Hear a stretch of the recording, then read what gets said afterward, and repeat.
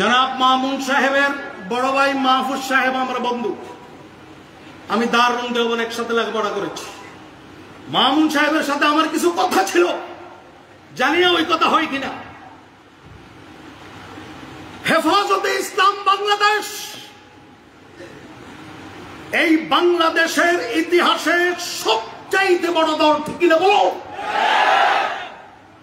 বিএনপির চাইতে বড়, জামাতের চাইতে বড়, আওয়ামী লীগের চাইতে বড়, বাংলাদেশের যতগুলি রাজনৈতিক অরাজনৈতিক দল আছে সবচাইতে বড় দলের নাম, সবচাইতে বড় দলের নাম হেফাজতে ইসলাম বাংলাদেশ। আমি একটু সুলতার বাহিরে কথা বলি। ডক্টর ইউনূস রাজনৈতিক দলের সাথে, রাজনৈতিক নেতার সাথে মত বিনিময় করবেন।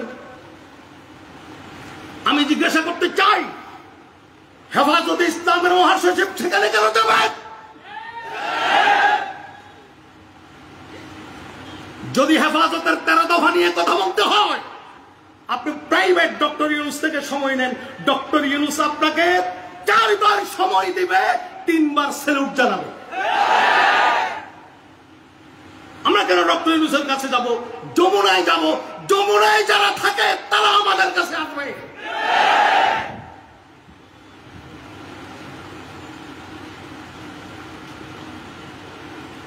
সুতরাং আমাদের পরিষ্কার কথা, হাটাজারির হেফাজত, হাটাজারি নিরাপদ।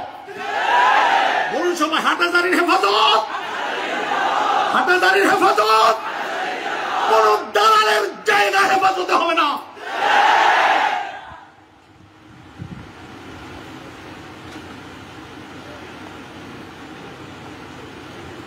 আমাকে একজন বলেছেন বর্তমান প্রেক্ষাপট নিয়ে কথা বলার জন্য। আমি বর্তমান প্রেক্ষাপট নিয়ে কিভাবে কতটুকু কথা বলব?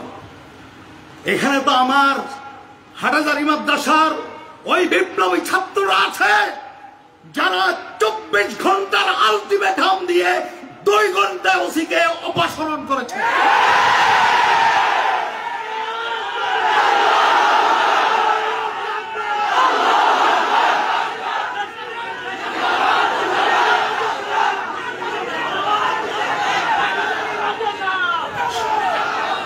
সুতরাং ওসি নয়, এসপি নয়, মন্ত্রী নয়, রাষ্ট্র পরিচালনা করতে হলে হাটাজারির সাথে পরামর্শ করতে হবে। সর্বশেষ কথা, বর্তমান প্রেক্ষাপট নিয়ে কথা বলার জন্য বলা হয়েছে। 2 দিন আগে ডাকসু নির্বাচন হয়েছে, আপনারা জানেন। ডাকসু নির্বাচন আমাদেরকে একটা মেসেজ দিচ্ছে, শুনবেন ওই মেসেজটা? ডাকসু নির্বাচন মেসেজ দিচ্ছে, আমরা জাতীয়বাদ দেখেছি, ধর্মনিরপেক্ষবাদ দেখেছি। ওলামায়ে কেরাম যদি ঐক্য হয়, আগামীর বাংলাদেশ ইসলামের বাংলাদেশ, কোরআনের বাংলাদেশ।